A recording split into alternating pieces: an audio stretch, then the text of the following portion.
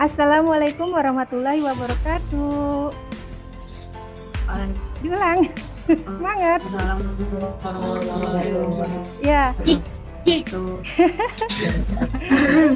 ketawa saya. Kok diulang lagi, Miss? Ya, kan baru direkam. Ya, kita akan membahas materi kali ini adalah peristiwa proklamasi kemerdekaan dan upaya membangun kehidupan bangsa yang sejahtera. Dengan indikatornya atau tujuan pembelajarannya adalah memahami makna proklamasi kemerdekaan, upaya mempertahankan kemerdekaan, dan upaya mengembangkan kehidupan kebangsaan yang sejahtera.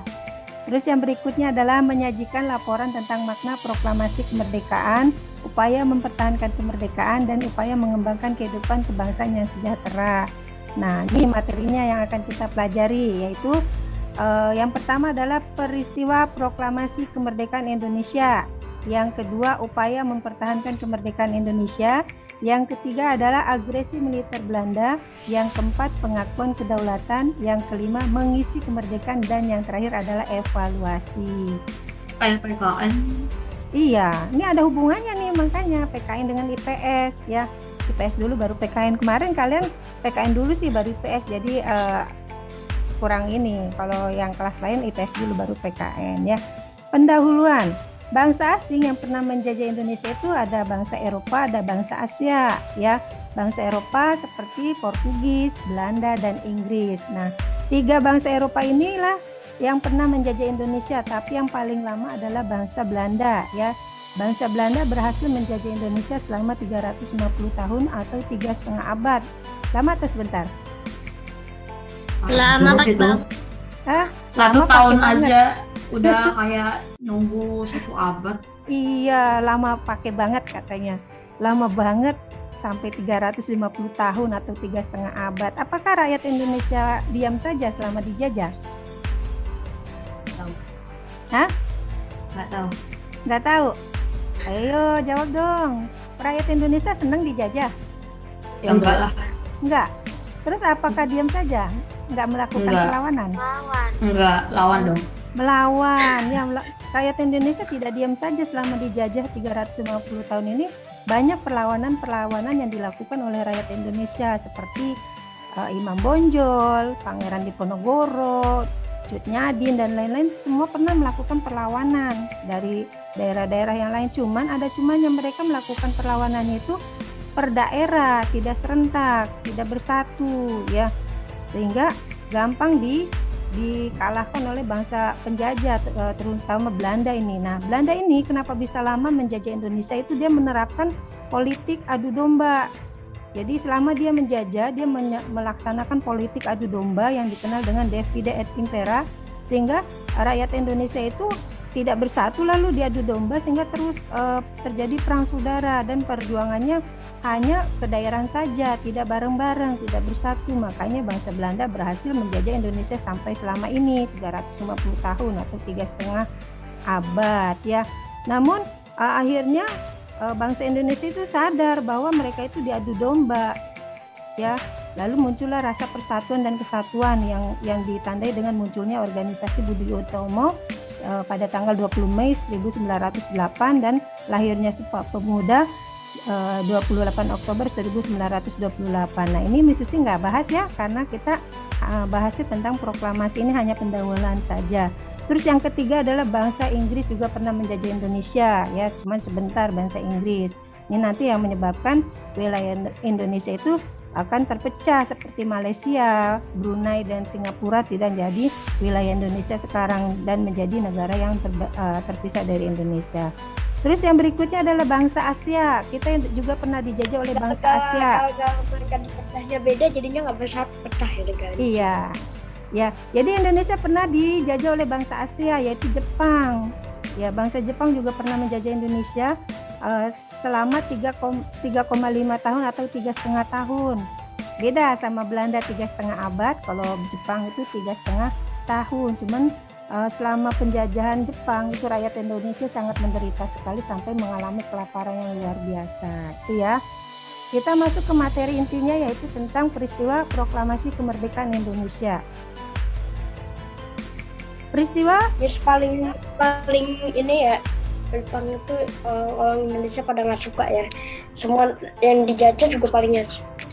Iya, kita lanjut ya. Lanjut. Peristiwa proklamasi kemerdekaan Indonesia itu dibagi menjadi 4. Bisa ngasih ya. di mana, Miss? Yang pertama, nanti sebentar ya nak, nanti akan bisa dijelaskan. Yang pertama adalah peristiwa BPUPKI atau bahasa Jepangnya itu Dokuritsu Jumbi Chosakai. Yang kedua adalah peristiwa Rengas Dengklok. Yang ketiga adalah penyusunan naskah proklamasi, dan terakhir adalah detik-detik proklamasi. Nah, ini bahasan yang akan kita pelajari di peristiwa proklamasi kemerdekaan. Tadi ada teman kamu apa Rengas Dengklok, nanti akan kita bahas ya. Yang pertama kita bahas tentang badan peristiwa BPUPKI atau Dokuritsu Jumbi Chosakai. Nah, Badan Penyelidik Usaha-Usaha Persiapan Kemerdekaan Indonesia atau disingkat dengan BPUPKI atau bahasa Jepangnya Dokuritsu Jumbi Chosakai. Nah, Jepang setelah menjajah Indonesia 3,5 tahun dan terlibat dalam Perang Dunia Kedua dan mengalami kekalahan dalam Perang Dunia Kedua ya dengan sekutu. Nah, sekutu itu adalah pasukan bangsa barat seperti Inggris, Belanda, Amerika, Spanyol, Portugis. Nah, itu tergabung ke dalam sekutu, negara sekutu yang berperang dalam Perang Dunia Kedua. Dan sedangkan Jepang itu adalah lawan dari Perang Dunia Kedua itu, lawan dari bangsa sekutu selain Jerman dan Rusia nanti. Nah, karena Jepang dibom atom negerinya, yaitu di kota Hiroshima dan Nagasaki, akhirnya Jepang kalah perang. Seluruh pasukannya itu dipanggil atau dipukul mundur untuk balik ke negara Jepang. Kaisarnya menginstruksikan bahwa seluruh pasukan Jepang yang ada di negara jajahan segera balik ke negara Jepang untuk membangun kembali Jepang yang hancur dibom atom oleh bangsa sekutu. Akhirnya Indonesia itu dijanjikan oleh Jepang untuk mendapatkan kemerdekaan. Nah, untuk melaksanakan janji Jepang itu, maka Jepang membentuk yang namanya BPUPKI. Nah, di sini nih, pembentukan BPUPKI tanggal 1 Maret 1945 dengan anggotanya 63 orang dengan ketuanya Rajiman Widyodiningrat. Tujuannya adalah mempelajari dan menyelidiki hal-hal yang dibutuhkan dalam membentuk negara Indonesia merdeka. Jadi, sebuah negara yang merdeka itu membutuhkan beberapa unsur. Unsur-unsurnya adalah adanya wilayah, Indonesia sudah punya wilayah. Adanya rakyat, Indonesia sudah punya rakyat. Adanya dasar negara, nah Indonesia belum punya dasar negara. Lalu adanya kedaulatan atau pengakuan kedaulatan dari negara luar atau negara-negara sekitarnya atau negara dunia. Nah, Indonesia juga belum punya. Jadi ini nanti yang akan diperjuangkan oleh rakyat Indonesia dengan membentuk dasar negara dan mencari pengakuan kedaulatan dari negara lain. Nah, maka dibentuklah BPUPKI atau Dokuritsu Jumbi Chosakai. Nah, BPUPKI lalu melaksanakan sidang pertamanya tanggal 29 Mei sampai 1 Juni 1945 dengan tujuan adalah untuk menyusun dasar negara Indonesia tadi ya sebagai syarat untuk terbentuknya negara yang merdeka. Nah, tokoh yang mengusulkan dasar negara Indonesia pada saat itu adalah Muhammad Yamin, Soekarno, dan Supomo. 3 tokoh inilah nanti yang mengusulkan dasar negara Indonesia ya. Nanti akan kita bahas. Lalu setelah BPKI sudah melaksanakan sidang pertama, lalu sudah terumus dasar negara Indonesia, maka membentuk panitia 9 bagian dari BPUPK ini. Nah, panitia 9 inilah nanti yang akan merumuskan dasar negara yang sudah diusulkan oleh BPUPKI dan diresmikan.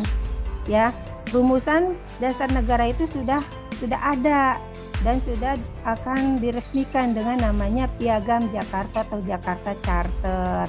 Setelah rumusan dasar negara diresmikan oleh BPUPKI yang bernama Piagam Jakarta atau Jakarta Charter, maka BPUPKI dibubarkan lalu diganti dengan pembentukan panitia yang lain, yaitu Panitia Persiapan Kemerdekaan Indonesia atau PPKI dengan bahasa Jepangnya Dokuritsu Jumbi Inkai. Nah, tujuan dibentuknya PPKI ini adalah untuk menetapkan dan mengesahkan rancangan dasar negara yang telah dibuat oleh BPUPKI. Itu ya. Nih, kita akan bahas satu persatu. Nah, ini contoh sidang BPUPKI yang pertama tanggal 29 Mei sampai 1 Juni 1945, di mana tokoh yang mengusulkan dasar negaranya adalah Muhammad Yamin, Supomo, dan Insinyur Soekarno atau Soekarno. Dan ini adalah sidang kedua BPUPKI tanggal 10 Juli 1945 sampai 14 Juli 1945. Nah, apa saja sih yang diusulkan oleh tiga tokoh mengenai dasar negara Indonesia? Nah, ini. Yang pertama adalah Muhammad Yamin. Dia berbicara tanggal 29 Mei 1945 bahwa Indonesia itu harus mempunyai dasar negara yang berbentuk peri kebangsaan, peri kemanusiaan, peri ketuhanan, peri kerakyatan, dan peri kesejahteraan rakyat. Jadi ini usulan dari Muhammad Yamin. Nah, kalau kita perhatikan dari tiga tokoh ini, Misusi tidak bacakan semua, semuanya mengusulkan dasar negaranya itu 5 poin semua, yang artinya cocok sekali dengan istilah Pancasila. Panca itu 5, sila itu dasar, jadi 5 dasar. Jadi 5 tokoh ini sudah mengusulkan dasar negara Indonesia itu yang memiliki 5 dasar, yaitu Panca, 5 sila dasar. Nah, tapi nanti ketiga usulan tokoh ini akan dirumuskan oleh panitia 9. Seperti apa nanti jadinya dasar negara yang akan diresmikan. Nah, tiga tokoh ini ya, Soekarno maupun Supomo tuh ya memiliki usulan yang hampir sama dengan 5 dasar atau panca itu 5, sila itu dasar. Akhirnya dibuatlah rumusan, digabungkanlah ketiga usulan dari tokoh tadi dengan diresmikannya ya oleh panitia 9 yang diketuai Soekarno berhasil merumuskan dasar negara Indonesia yang disebut dengan Jakarta Charter atau Piagam Jakarta pada tanggal 22 Juni 1945, yang isinya atau isi Piagam Jakarta atau Jakarta Charter adalah 1. Ketuhanan dengan kewajiban menjalankan syariat Islam bagi pemeluk-pemeluknya. 2. Kemanusiaan yang adil dan beradab. 3. Persatuan Indonesia. 4. Kerakyatan yang dipimpin oleh hikmat kebijaksanaan dalam permusyawaratan perwakilan. 5. Keadilan sosial bagi seluruh rakyat Indonesia. Nah, inilah hasil dari rumusan panitia 9 mengenai dasar negara Indonesia yang diusulkan oleh tiga tokoh tadi ya, Muhammad Yamin, Supomo, dan Soekarno. Coba Misusi mau tanya sama kalian. Ini kan dasar negara kita kan Pancasila ya, tadi sudah Misusi jelaskan, yang sekarang juga sudah kita ingat. Nah, coba ada nggak perbedaan dari Pancasila yang sekarang dengan Pancasila yang ada di Piagam Jakarta ini? Ya nomor 1, Miss. Iya, Itu nomor benar. 1 tuh. Coba Misusi minta tolong dibacain nomor 1 apa? Ketuhanan dengan kewajiban menjalankan syariat Islam bagi pemeluk-pemeluknya. Iya, kalau yang sekarang Pancasilanya sila 1 bunyinya apa? Ketuhanan yang Maha Esa. Ketuhanan yang Maha Esa. Jadi inilah Piagam Jakarta atau Jakarta Charter yang akan diresmikan sebagai dasar negara Indonesia nanti kalau merdeka. Namun sebelum diputuskan atau diresmikan sebagai dasar negara dasar negara ini, ada seorang tokoh yang mengusulkan nih mengedit kata nomor 1 ini atau sila ke-1 ini, diedit katanya, ketuhanan dengan kewajiban menjalankan syariat Islam bagi pemeluknya. Karena apa alasannya? Karena Indonesia itu kan memang sih mayoritasnya Islam, tapi kan ada agama-agama lain yang ada di wilayah Indonesia. Nanti agama-agama yang tidak disebutkan di sini merasa tidak mendapat Tersinggung. Iya, tersinggung. Apalagi Diremehkan. diremehkan. Terus apa lagi?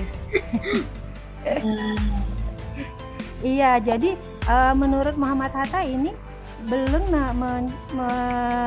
merangkul semua agama yang ada di Indonesia pada saat itu ya, karena Indonesia pada saat itu bukan hanya Islam yang dianut oleh rakyat Indonesia, ada Kristen, Hindu, Buddha ya.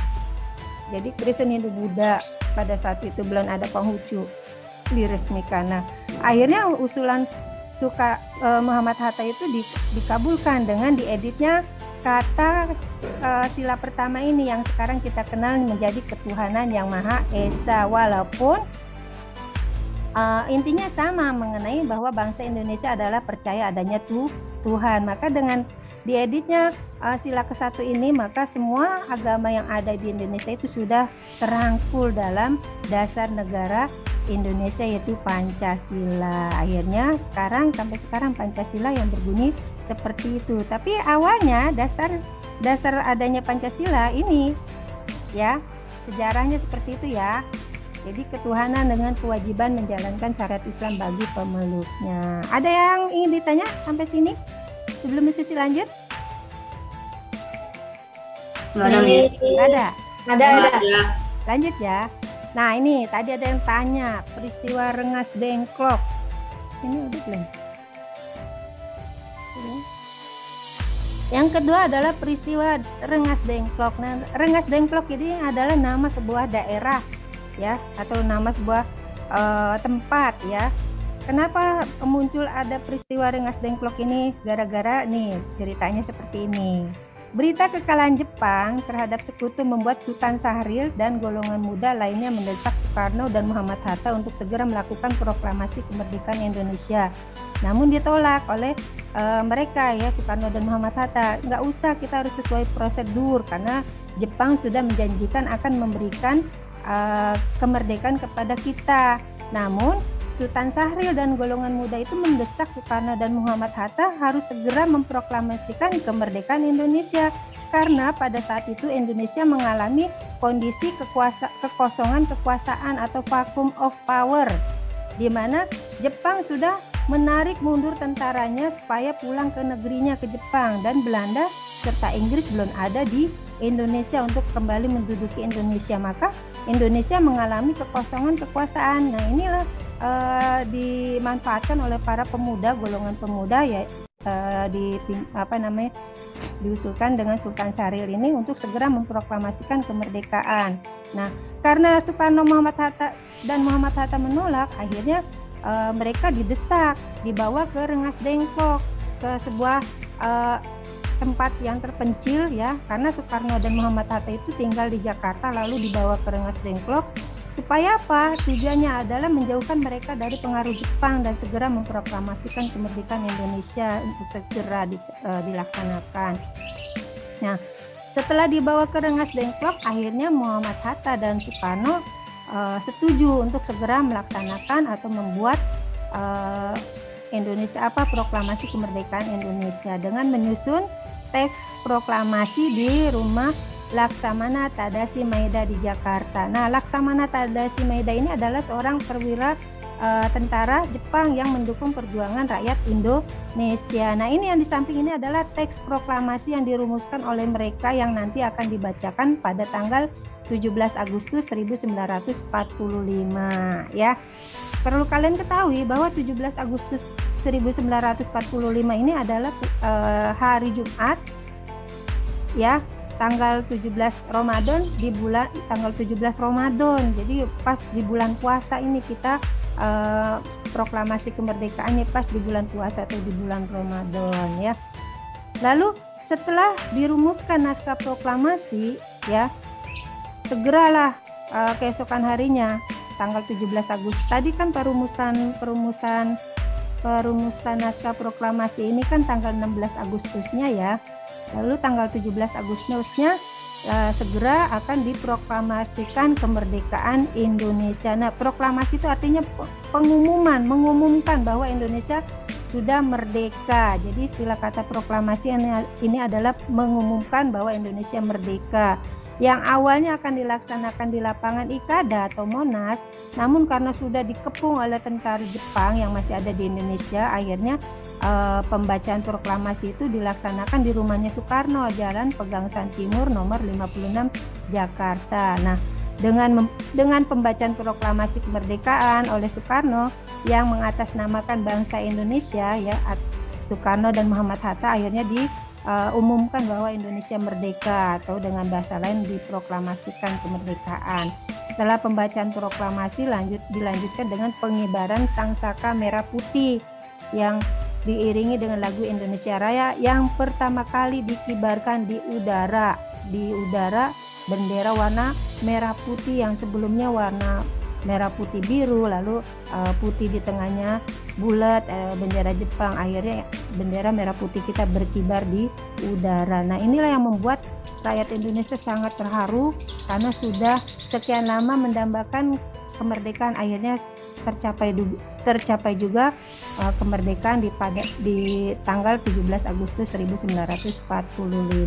Kecepatan nggak Miss Susi jelasinnya? Enggak. Miss Susi buru-buru. Yang kedua adalah upaya mempertahankan kemerdekaan. Baru diumumkan Indonesia merdeka atau diumumkan proklamasi kemerdekaan Indonesia, ternyata ada upaya lain dari bangsa asing, ya bangsa sekutu, bangsa Inggris dan Belanda ingin kembali menguasai wilayah Indonesia, ingin kembali menjajah Indonesia. Maka di sini judulnya adalah upaya pertahankan kemerdekaan. Upaya untuk mempertahankan kemerdekaan. Ada dua jenis upaya mempertahankan kemerdekaan adalah yang pertama jenis perjuangan secara fisik, yang kedua adalah jenis perjuangan secara diplomatik, ya. Nanti kita bahas. Nah, ini kita akan membahas tentang perjuangan fisik dulu dalam mempertahankan kemerdekaan. Nah, ini.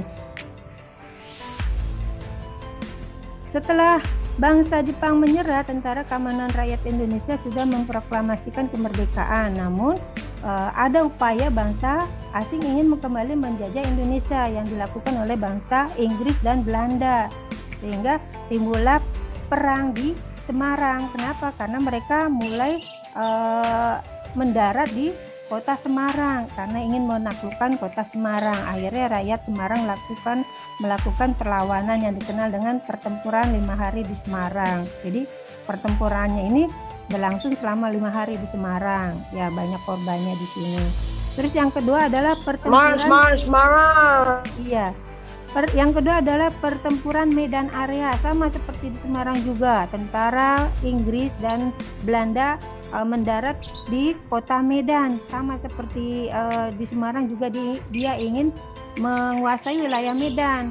Namun rakyat Medan juga sudah tahu bahwa Indonesia merdeka, tidak mau lagi dijajah oleh bangsa asing, akhirnya juga melakukan perlawanan. Nah, perlawanan ini dikenal dengan pertempuran Medan Area. Nah, pemicunya ada nih, pemicunya atau penyebabnya karena bangsa asing itu menginjak-injak bendera merah putih yang menyulut kemarahan rakyat Medan. Jadi bendera merah putih itu diinjak-injak oleh tentara Belanda yang menyebabkan rakyat Medan itu merasa terhina, benderanya diinjak-injak. Akhirnya selain tidak mau dijajah oleh bangsa asing kembali, lalu merasa dihina, benderanya diinjak-injak, akhirnya melakukan perlawanan yang terkenal dengan pertempuran Medan Area.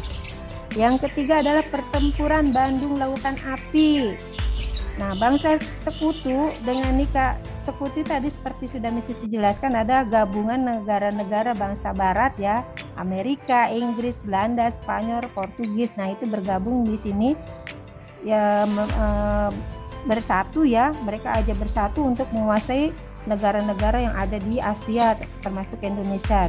Nah, Sekutu dan Nika juga berusaha ingin menguasai Bandung, kota Bandung, dan berhasil tuh Bandung bagian utara dikuasai oleh mereka. Nah, supaya tidak menguasai Bandung bagian selatan, karena rakyat Indonesia menyadari dengan perlengkapan senjatanya yang sangat sederhana, akhirnya memutuskan untuk membumi hanguskan kota Bandung Selatan. Jadi kenapa harus dibumi hanguskan? Kenapa harus dibakar? Jadi Bandung Selatan ini bukannya dibom oleh bangsa Nika ataupun bangsa sekutu, tapi dibakar sendiri oleh para pejuang Indonesia. Kenapa? Supaya mereka tidak memanfaatkan gedung-gedung yang ada di Bandung Selatan itu, sehingga karena sudah hancur di bumi hanguskan, dibakar oleh rakyat Indonesia. Seperti itu. Nah, tokoh yang gugur dalam peristiwa ini terkenal dengan nama Muhammad Toha yang berhasil meledakkan gudang senjata sekutu, sehingga kota Bandung Selatan terkenal dengan peristiwa Bandung Lautan Api. Jadi satu kota itu dibakar semua oleh rakyat Indonesia supaya Belanda tidak menggunakan gedung-gedung yang ada di situ. Kotanya Bisa dipahami nggak? Bisa, Miss. Ya. Miss. Jadi Belanda ketika masuk di Bandung Selatan bengong. Wah, bangunannya sudah pada hancur, sudah terbakar semua. Wah, ini mau gimana ini? Iya, jadi jadi semua bangunan hangus, terbakar, jadi nggak bisa dimanfaatkan. Pinter juga ya. Lanjut. Ini Misisi buru-buru nih. Berapa menit lagi? Nah, selain tiga peristiwa ini, ada peristiwa lain. Misisi memberi contoh 5 peristiwa. Yang berikutnya adalah peristiwa Ambarawa. Di sini munculnya tokoh yang bernama Jenderal Sudirman. Peristiwa Ambarawa ini daerah Ambarawa juga ya. Juga sama, masuknya tentara sekutu dengan Belanda ingin menguasai wilayah ini. Cuman ada perlawanan dari rakyat Indonesia yang dipimpin oleh Kolonel Isdiman. Cuman Kolonel Isdiman ini gugur, lalu diambil alih kepemimpinannya oleh Kolonel Sudirman yang nanti akan mendapat gelar jenderal pertama kali di Indonesia ya, yang menjadi pemimpin TKR atau Panglima Perang TKR ya. Jenderal Sudirman ini terkenal dengan strategi perang gerilyanya, yaitu perang yang tiba-tiba menyerang, tiba-tiba hilang. Jadi perang kayak perang siluman, perang menyerang tiba-tiba tapi tiba-tiba hilang. Nah, inilah perang yang dilakukan oleh Jenderal Sudirman, perang gerilya. Terus yang terakhir peristiwa 10 November. Sebenarnya banyak ya pertempuran-pertempuran setelah proklamasi, tetapi Misisi memberi contoh 5 saja. Nah, peristiwa 10 November juga sama. Seperti di kota-kota lain, datangnya pasukan sekutu dengan membonceng Belanda yang ingin menguasai wilayah Surabaya, Nah, kalau di Bandung tadi di bumi hanguskan, di Surabaya ini peristiwanya dipicu dengan bendera merah putih, bendera Belanda ya, bendera Belanda itu dikibarkan di sebuah hotel Yamato. Nah, itulah yang menyebabkan rakyat Surabaya merasa tersinggung. Loh, kan kita sudah merdeka, kenapa dikibarkan bendera Belanda? Akhirnya rakyat Indonesia berusaha menurunkan bendera Belanda di Hotel Yamato itu dengan menyobek warna biru. Kalian tahu kan bendera Belanda itu warnanya kan merah, putih, Biru ya? biru. Nah, rakyat Indonesia yang naik ke atas Hotel Yamato itu ya menurunkan bendera Belanda itu dengan cara menyobek warna biru di bagiannya dan mengibarkan warna merah putihnya. Namun perjuangan rakyat Indonesia itu tidak diterima oleh oleh tentara Belanda sehingga menembaki mereka. Nah, itulah yang menyebabkan nanti peristiwa yang memicu peristiwa perang di Surabaya. Selain itu juga adanya pamflet itu surat-surat yang kayak fotokopian gitu ya, pamflet yang disebarkan dari udara tentang menyuruh rakyat Surabaya itu untuk menyerahkan senjata yang dimilikinya, lalu mengibarkan bendera warna putih dan mengangkat kedua tangannya. Ini yang menandakan bahwa rakyat Surabaya itu harus menyerah sama Inggris dan Belanda atau sekutu.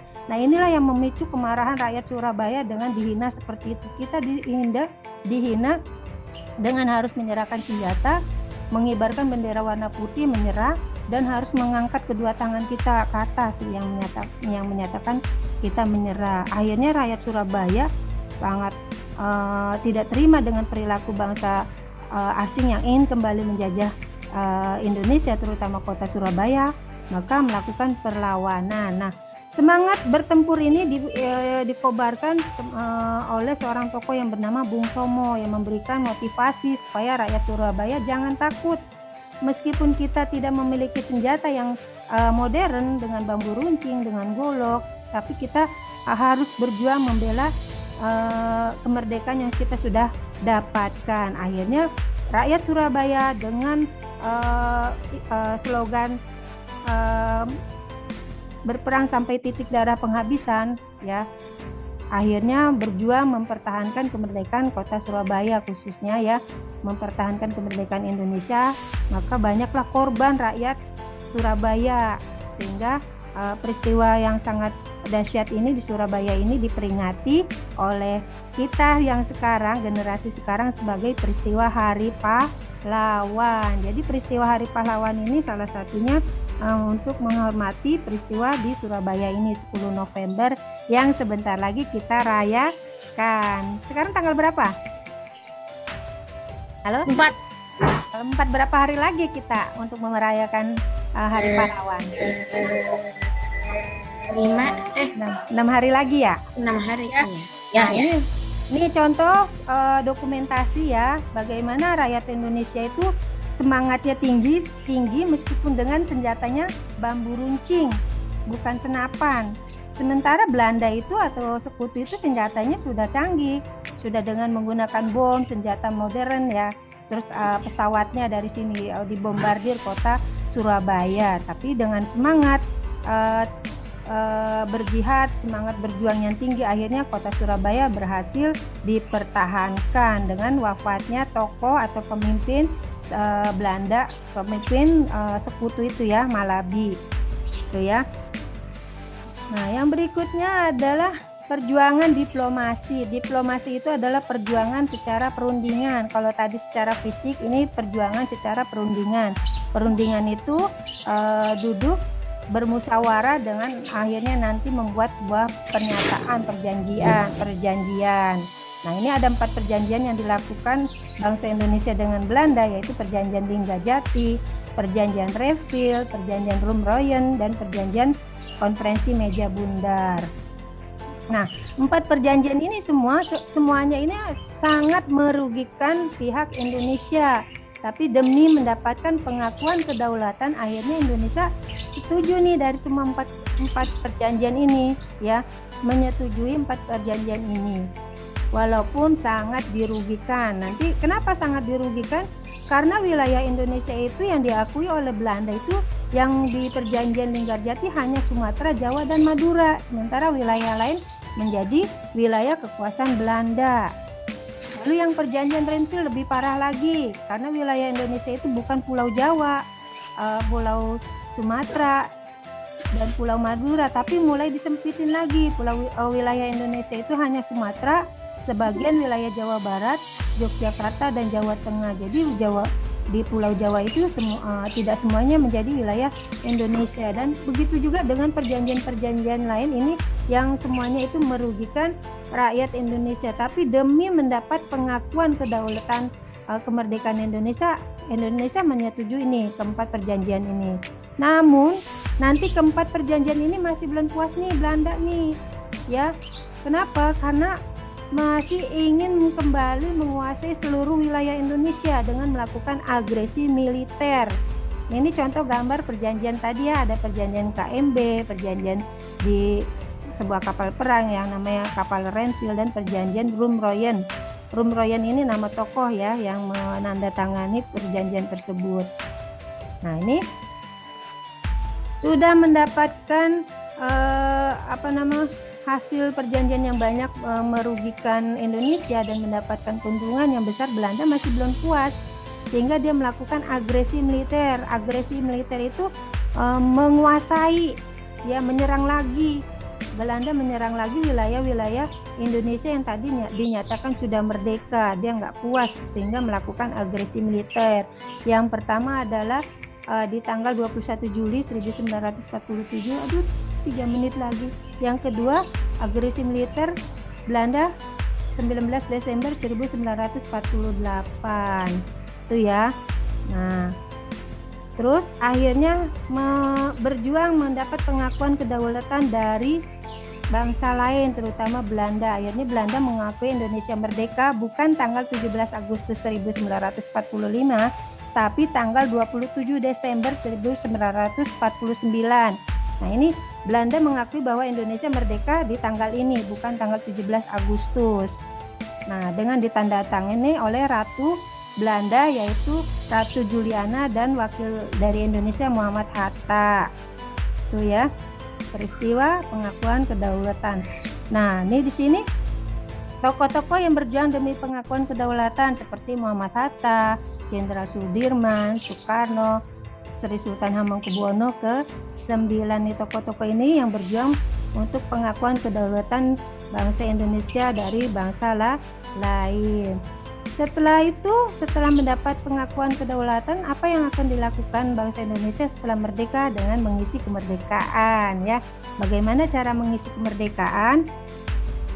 Pertama, pembangunan di bidang pendidikan, pembangunan di bidang transportasi, pembangunan bidang sosial, pembangunan bidang kebudayaan, pembangunan di bidang pariwisata, ya. Terus pembangunan di bidang komunikasi dan pembangunan di bidang kesehatan. Merdeka. Selesai deh materi musisi kali ini dengan kesimpulan bahwa kemerdekaan yang diraih bangsa Indonesia merupakan hasil perjuangan seluruh rakyat Indonesia, bukan hadiah dari penjajah. Dengan belajar sungguh-sungguh merupakan cara kita mengisi kemerdekaan dan menghargai jasa pahlawan. Manjada wajada, barang siapa yang bersungguh-sungguh pasti berhasil. Sekian, thank you. Terima kasih sudah menyimak penjelasan Miss Susi yang termasuk cepat ya, karena ini sudah habis nih waktunya Miss Susi jam 8.25.